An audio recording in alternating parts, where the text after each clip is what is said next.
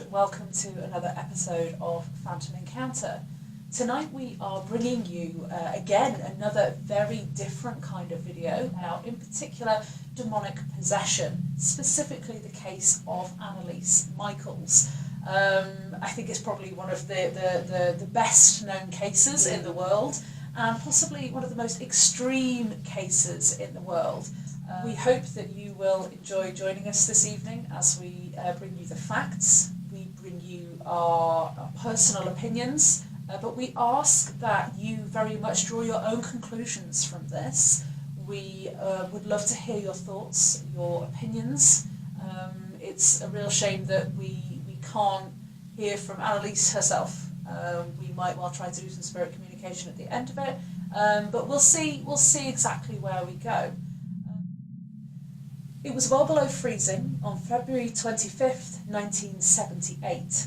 The harsh winds weren't making the environment any friendlier. Still, the stabbing cold didn't keep the crowd from gathering at the Klingenberg Cemetery in Germany. The onlookers did not come to witness a burial. They were there to watch two men dig up the grave of Annalise Michael. Neither of the priests that were involved in the court case and the exorcisms were to be present at the grave or the mortuary. They were told by law they were not allowed to come for fear of indecency at their attendance, or also the fear they would use the state of the corpse in their defence.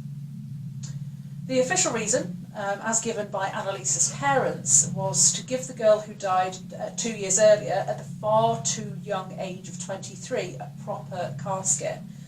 In reality, Joseph and Anna Michael, along with priests Ernst Alt and Arnold Renz, hoped that Annalise Michael's remains would prove to them, if nobody else, that she was free from the demonic possession that they claim took her life.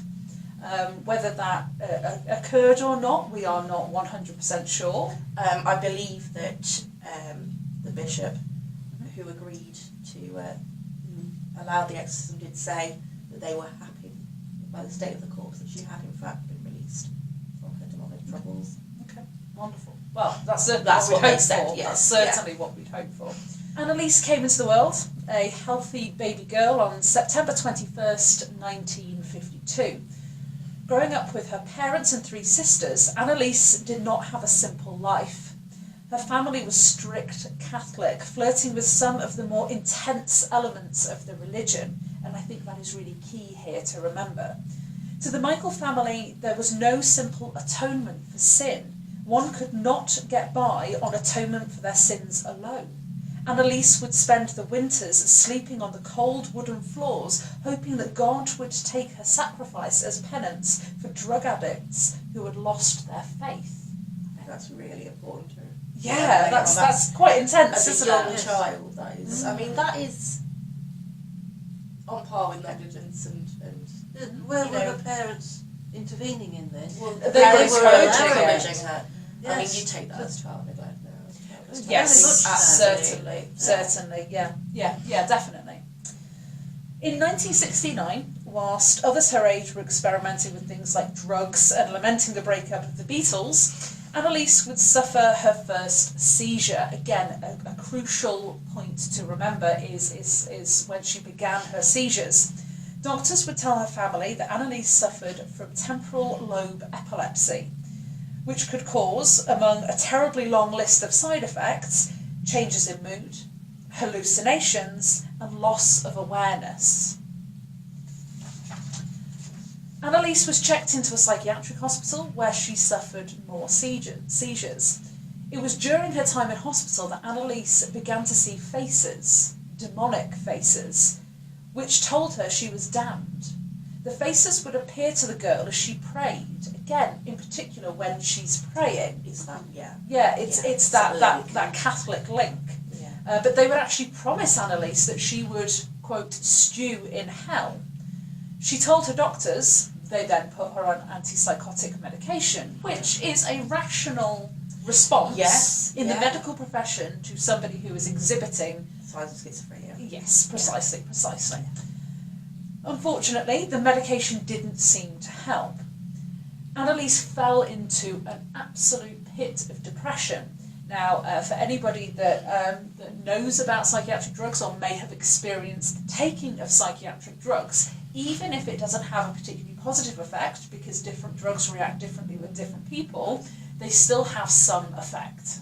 I think that's we can all agree with that. That is general knowledge that they will have some impact upon a person. I think the irony of many mood altering medications is that their side effect is the symptoms you are taking the drugs for.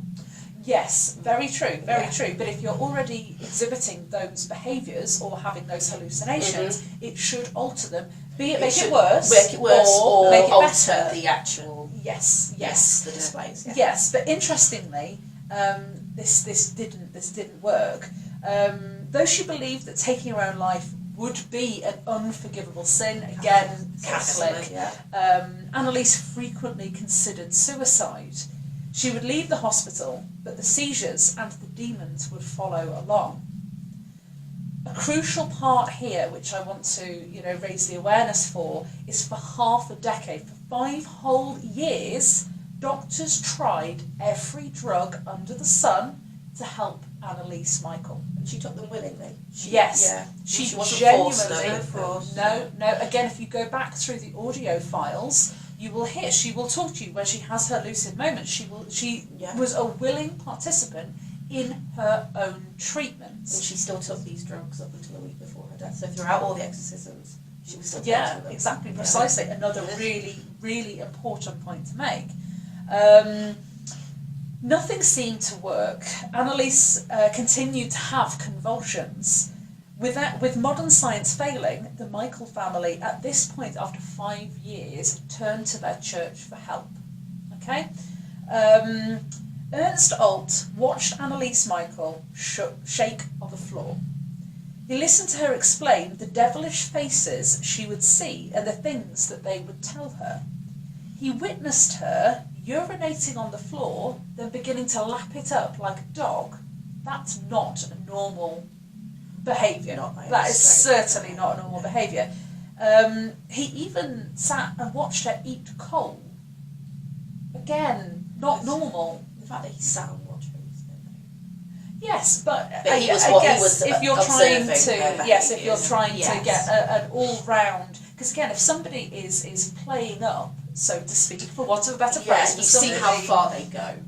You see how far they go, and eventually, if the phenomena, for want of a better phrase, if it isn't true, if it isn't real, again, for want of a better phrase, they will stop. Eventually. Yeah. They will get tired, and they will go to bed, sleep well, and then begin the circus the next day. Or they'll eat coal and realise it's disgusting and spit it out. Yes, yeah. It's a bit of an odd one, and urinating on the floor, and then.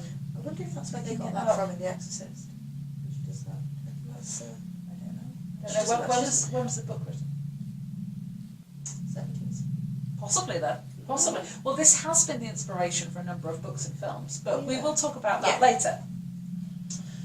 All of this, Pastor Alt believed, was proof that Annalise was not, in fact, suffering from a serious medical condition, but that demons had now, in fact, entered her body and were looking to actually take her soul completely. He knew there was only one way to help the troubled girl. Annalise needed to be given an exorcism in accordance with the Ritual Romanum of 1614. Now, for those of you that might well be interested, we actually have a copy. It's 25 pages long, it is quite big, but this is actually the full English translation of the exorcism rite. So if you are interested in getting a hold of a copy of this, feel free, drop us a comment, send us a direct message on, say, like Twitter, Facebook, Instagram, and we will happily just send you a copy. But yes, it is quite extensive. It really goes into it. It really plays on the whole stereotypes in there, doesn't it? Yes. You're an innocent soul. This is a foul beast. It's really heavy going, And like I say, I mean, you won't be able to see from there, but this is really small writing, and it's still, I think this is like a 12 point in Microsoft Word, and it's still 25 pages. But yeah, more than happy to send you a copy. But yeah. I think it works as well if it's not in Latin. Well, I wouldn't I'm not a Catholic. That's a really good point. Does it still work, or is it like that ghost hunters meme that goes around about how they go to a German castle and everyone speaks English? The other side has an instant translator. Yes. Yeah. So no, I don't know, but yes, if you would like a copy of the Roman Catholic exorcism rite, just get in touch. We'll send you one. We've got you covered. All your exorcism needs. I think we should have a nice jingle over the top of that, don't you? Get your exorcisms with us. Nailed it. What more can we say? Okay, so Pastor Alt brought his evidence to Bishop Joseph Stangl, along with a letter written by Annalise in which she explained to the bishop that she wanted to suffer for other people. Bishop Stangl approved Pastor Alt's request and sent Father Arnold Renz to work with Alt. On September 25th, 1975, Alt and Renz performed the first of no less than 67 exorcisms on this girl. I think the martyrdom thing coming up again is also a very important point. Yeah. She was willing to suffer. Yes. That's 25 pages long. Mm-hmm. How long would it take to go through Hours. that? Several hours. And they did it 67 times. Oh, well, Over 11 months. Yeah. And they were not getting anywhere. Oh no, the they were. idea is that you just continue doing it until you do get somewhere. But they I think they were getting somewhere based on the fact that they'd managed to bring up and were attempting to banish The 6 different demons. So yes, they were making steps forward. But She wasn't an getting interesting better. point. Yeah, no, she wasn't. But they would perform these exorcisms 1 to 2 times a week. Renz and Alt would actually chain Annalise to a bed to perform the rites of exorcism. They documented each session by recording the events on cassettes. You can get a hold of the extensive audio. You can also get a hold of the transcripts of it. You can even get the English translation of all of the transcripts. But proceed with caution and proceed with maybe book a couple of weeks off work. It's long, you know. If you've got 67 exorcisms over 11 months, you know, hours at a time. Yes, it's gonna get pretty meaty pretty quickly. But yes, it is out there. A quick Google search will provide you with that. Okay, according to the recordings, Annalise was possessed by a number of demons. This was including Lucifer, Judas, Nero, Cain, Hitler, and a disgraced Frankish priest from the 16th century. In one session, Judas explained, and I do find this quite amusing, Judas actually explained how Hitler was not well liked in hell. And why was it? Because he liked to brag. I mean, that seems like a mood. That seems on point for Hitler, you know? It's also, you know, so many years after the Second World War, that to me is very circumstantial. This is a girl living in Germany after the Second World War. How many people claim they're possessed by Hitler? It's not something that... And the fact that he's referred to him as a demon as well is interesting. Yeah. Well, I mean, certainly, you know, however you look at possession, or however you look or want to personify demons, or however you want to look at the manifestation of evil, I think Hitler was a very strong as demonic example. as you can get as a human. Yeah. I do like the fact though that Judas had to say, we don't like Hitler. He had to make that clear. Like, we're not with him. Just make it clear. Yeah. Okay, so what we're going to do now is we are actually going to listen to the audio and react to the audio. Ja, ich will auch für die anderen leiden, damit die nicht in die Hölle kommen und so. Aber dass das dann so schlimm ist und so grausam und so furchtbar, nee. Das denkt man leiden, das ist so leichte Sache, aber wenn es dann wirklich schlimm wird, da will man überhaupt nicht mehr, da will man kein Schlimm.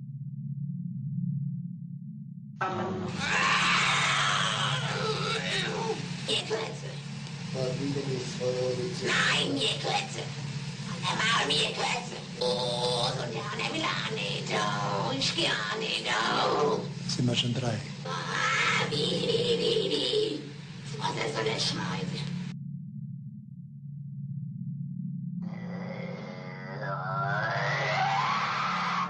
Kind Gottes. Ich hab ein Moderschlag.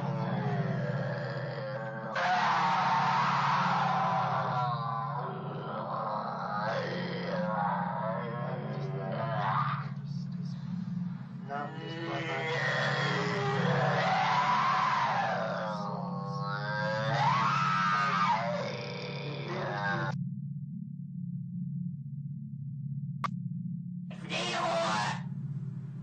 Ruhe gibt's nur da oben. Ruhe gibt's nur dort, wo die Liebe ist. Ja, bei uns gibt's nur Nur Hass. Ja, Und wo nur Hass ist, da gibt's keine Ruhe. nein. Und für uns gibt's nie Ruhe. Nie. Weil Eine Ewigkeit.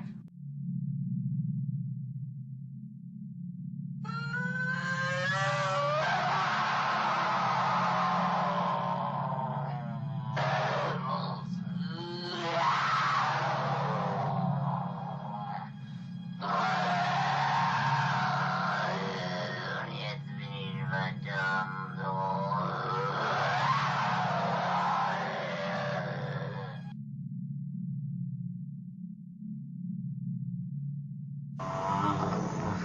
Die müssen in eigenen Seminaren ausgebildet werden, die dürfen nicht auf die anderen Universitäten.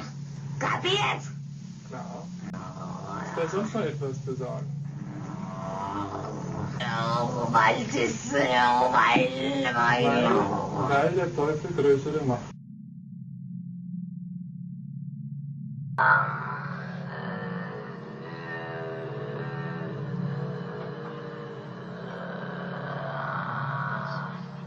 im Namen deines seligen Jungfrau, im Namen Jesu, befehle ich dir auszufahren.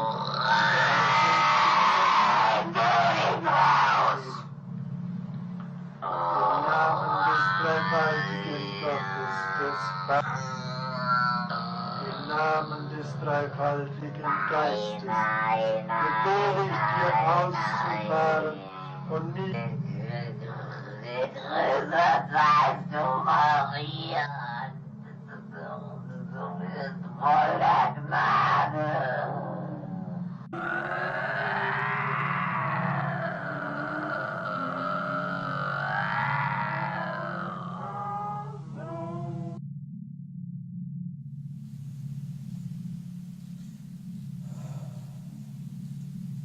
I think we can all agree that that is very disturbing, regardless of what side of the fence you might sit on. I think that is somebody that quite obviously was in a living hell. I mean, even if you think that she was putting her voice on, the pain of doing that for hours on end, For 11 months. for 11 months. And the thing is although the exorcisms would happen once or twice a week for 11 months, and that's what we have the recordings of, she was doing this every single day. You couldn't. No. You couldn't. Your voice would have gone Yeah. within a short time. Yeah. Yes, exactly. Funnily, the only one of the other big cases that you might well have heard of, where I can also relate this to, was the Enfield haunting, Yes. where Bill would talk through the little girl, Yeah. and she would talk in this raspy voice for hours and hours and hours and Yes. hours, and have no There's sore throat. recordings of hours of it, and then she Yeah. would instantly go back to her actual voice. Yeah. So again, I mean, like you say, you would lose your voice so quickly. Yeah. And she did this for literally daily, for, well, years in fact, because it was Yes. only, the 11 months that she had the exorcism for. Where they for, were but- recording it. Yeah, but it's It's a haunting. disturbing It- one, it really, really is. yeah, it is. I'm almost at a loss for words. It's one of those things, like when you subject yourself and you listen to it and you really listen to it, it's haunting, absolutely haunting. One interesting thing that I would just like to bring up though is the last the last message that you get, the last clip of audio, was actually Lucifer. And when the audio begins, it sounds distorted. There's a weird sort of digital sound. It's bizarre. Yeah, it's really odd. And initially, I thought something was wrong with the recording, or it had been manipulated. But then the priest starts to talk. The priest's voice is normal, but hers, or Lucifer's, remains distorted. Even when one is over the other. Exactly. And that, when I remember years ago when I first listened to that really got me. I was just listening to it, without watching it, it's just horrifying. And imagining that coming out of like the mouth of your loved one, your child. Yeah. I can't imagine what her parents were doing. Imagine being one of her younger sisters and living with her. Living with that. It's horrifying. Knowing that she could attack you. Well, she did. She did. Yeah, she would beat her sisters, and if she couldn't beat her sisters, she'd beat herself. Yeah.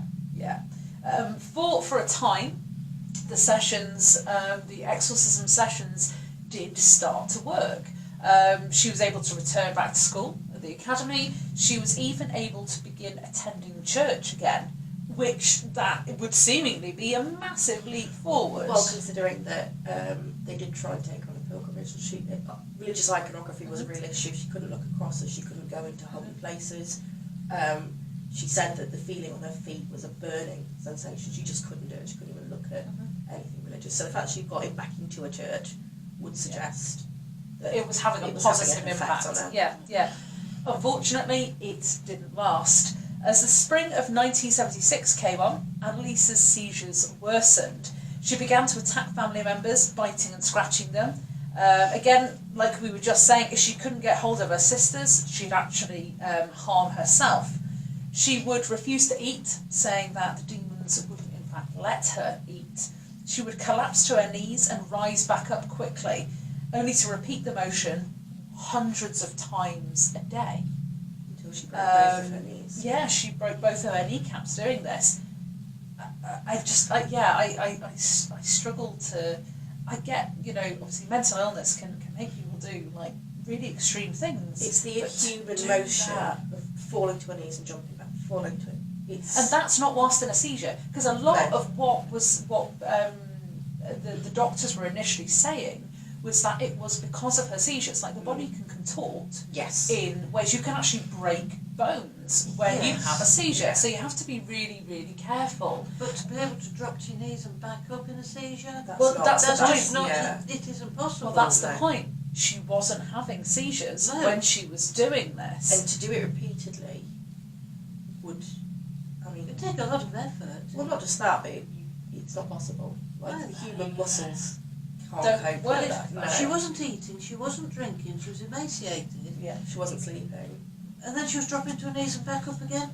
You could be reasonably fit to be able to do that. Once or twice. Yes, to do it hundreds of times a day, Yeah. whilst then talking in these different voices. And you just sort of add everything together and it starts to build. Like, one or two things could be, possibly, to my mind anyway, this is only my opinion, but to my mind, one or two of these things could be somebody doing it. Somebody possibly being mentally ill, somebody seeking attention.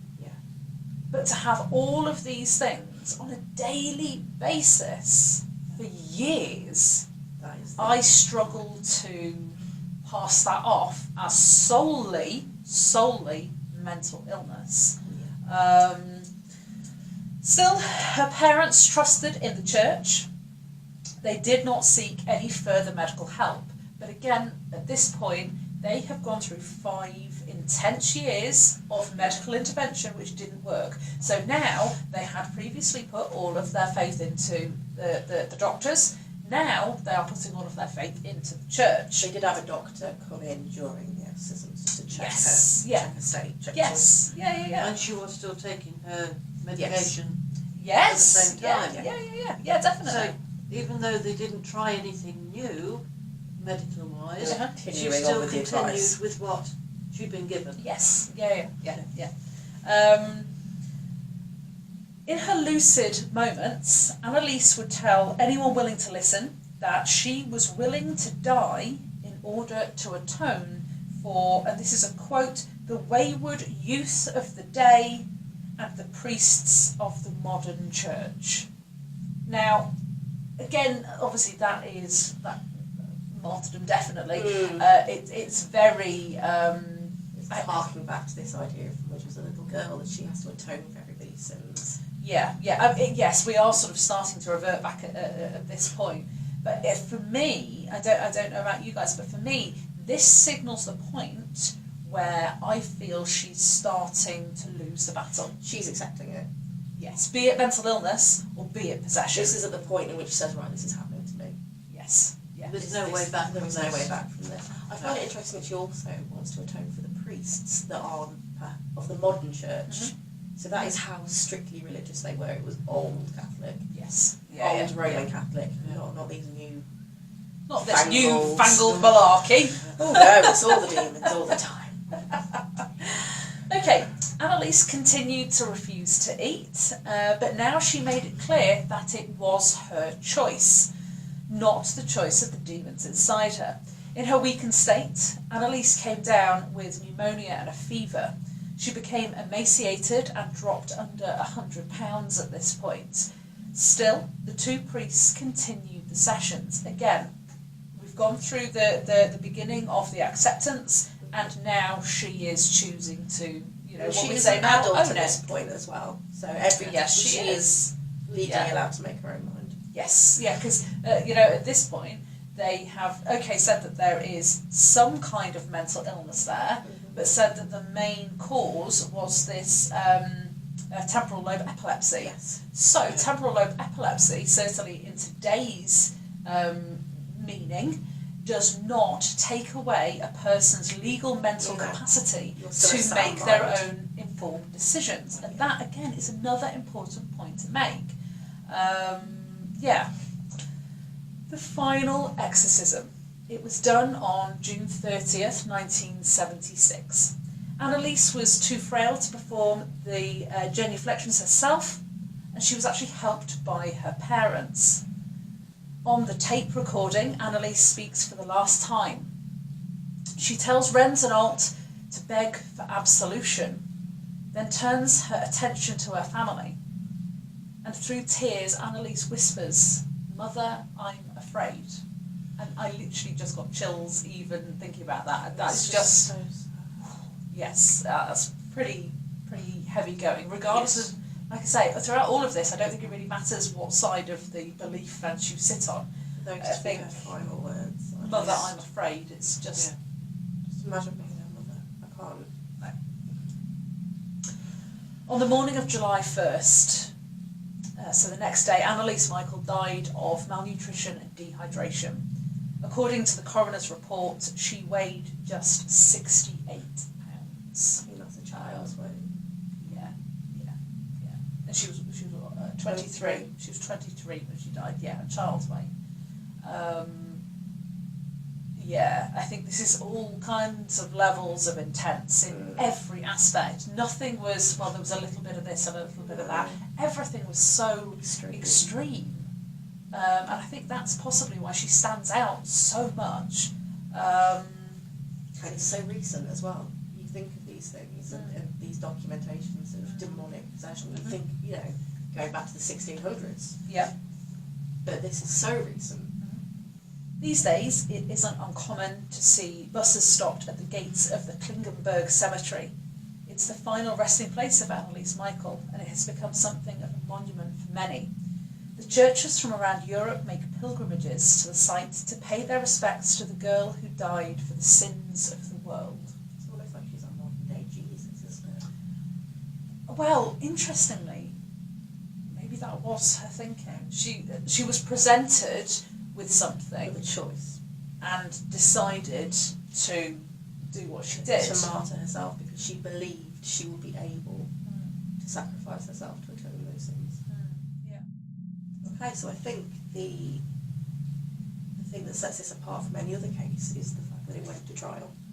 Yes. That there were bill prosecutions. Yeah. So the trial started on the 30th of March 1978 and drew intense interest. I mean, it's not heard of before or since, to my knowledge. Before the court, doctors testified that Michaels was not possessed, stating that this was a psychological effect of her strict religious upbringing, which we've heard a lot about, Yes, very true. and her epilepsy. And if you look on face value, it does seem that way. This is something that followed her through her childhood. The Dr. Richard Roth, who Pastor Alt called in for medical help, allegedly said to Annalise, "There is no injection against the devil, Annalise," during her exorcism. So you've got to start questioning the medical help that was being called. Yes, was that was the doctor that was there during her Exorcism, not the ones that were helping her previously. This is like a local GP. This is the one that Pastor Alt sought the advice of. Right. So Okay. you've got to assume he's religious in some way. Yeah. Okay, sure. Okay, so the defence, so this is the defence for the family and for the priests, said the exorcism was legal and that the German constitution protected citizens in the unrestricted exercise of their religious beliefs. And as we said, she's an adult, so she made that decision. Yes. She is known to say this is what she wanted. Yes. The bishop who okayed the exorcism, that's Stengel, said in court that he was not aware of her alarming health condition and he did not testify. Okay. So he claims that he thought she was in much better health, or he wouldn't have okayed it. But she wasn't in such she wasn't in such bad health. Yeah, so you've got to. Because he wasn't kept abreast of what I'm she assuming had reduced to. there is a level of the Catholic Church in which they try and not take any sort of legal. It cuts off at a certain point. Yes. So, they will always, up until recently, funnily, but they will always seek to Avoid any. keep the Catholic Church out of the courtroom. Yeah, What he absolutely. doesn't know, he can't be blamed for. Well, Yes. I yes. mean, That I was don't think he was going for. directly involved in it. You have to seek bishop's permission, don't you? I thought you had to seek the Vatican's permission, but I'm assuming it went through the bishop. I can't claim to know. I don't know enough about her. So Michael's parents, I say Michael, I mean Annalise, Michael's parents, along with Pastor Alton Rent, were found guilty of manslaughter, resulting from negligence. And they were sentenced to 6 months in jail, which was later suspended, and 3 years probation. Now this was far lighter than anticipated. Most people were expecting them to go to jail, but much more than the defence asked for. But we look at it now, and we are actually in a position of, we are in the most privileged position at the minute to be able to sit here and say we are witches, Yes. and own it, and no one Yeah. will bat an eyelid. But we also are in the position of having a greater scientific knowledge of it, Yes.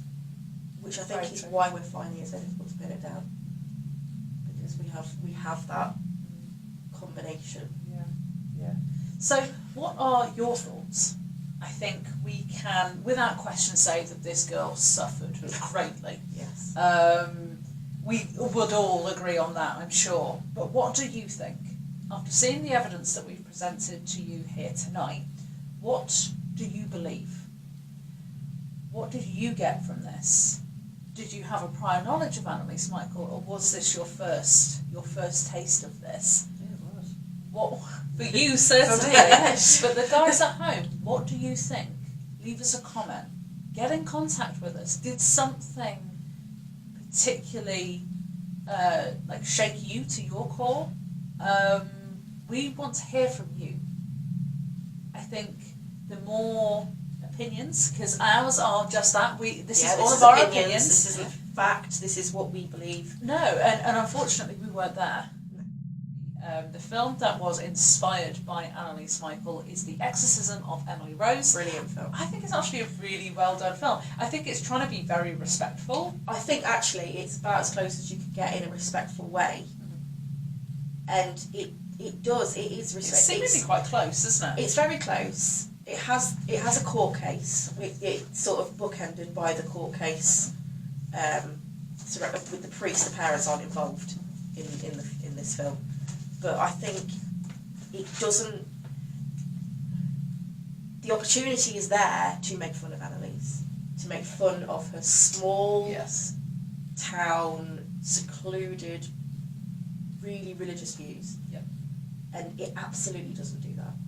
I think it takes a very shy, very family-orientated religious person, and it gives them the best representation that she could have. Yep. And there are scary moments. It's got scary things in it. Yep. I was speaking earlier about the faces and the raindrops scared me an awful lot watching that film, and I don't scare very easily. But also, it's haunting. It sticks with you. It does. And I think that when you watch it as somebody and you're watching it with this background within your mind, it's a difficult thing to watch.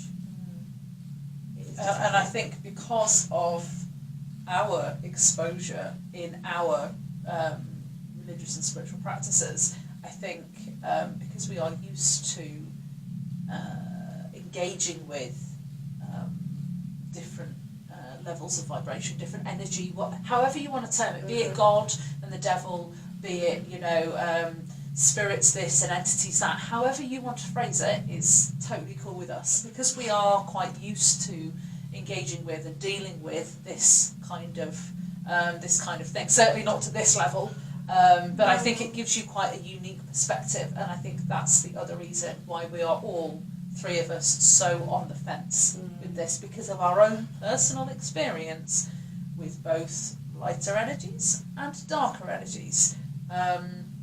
Either way, I am pleased, and this is a really bizarre statement to make, but I am pleased that it only went on for 11 months. As in the intense exorcisms once or twice a week. Some people in Italy nowadays will go through years and years of exorcism. So, thank you ever so much for joining us tonight, guys. We hope that you have enjoyed and been informed by the case that we've been discussing tonight. Again, just a little reminder, we do have the half a tree of the exorcism rite in the, it's not in the Latin, it is the English translation. So For all your exorcism needs. So if you do want a copy of it, please just get in contact with us. We'll more than happily ping it over to you in a Word file or a PDF. We've seen quite a lot of evidence tonight. We have experienced some bizarre things. We are certainly, the jury is out with us. We have a foot in both camps. So we want to hear what you have to say about it. We want you to drop us a comment below. Drop us a comment on the Facebook or the Twitter or the Instagram, wherever it is, or even Periscope the next time we're live. Watch this. Let us know what you think. What did you feel? What is your perception of this? Don't forget to press the subscribe button if you haven't already, so that you don't miss any future episodes. Which hopefully will be once a week. Yes. Fingers crossed. Yay. It's finding the time to do it all, but yeah, certainly make sure that you hit the subscribe button. And also hit that like button. Yes, you have to. Bash the like Do button. it now. But yeah, again, my darlings, thank you ever so much for joining us. Be good, stay spooky, stay out of trouble. Don't do anything we wouldn't do. Leaves you open to most options. Yeah, you might actually need this. For all your exorcism needs. Just say it. So yeah, just stay spooky, my darlings. But until the next time, my darlings, peace out, take care, bye. Bye.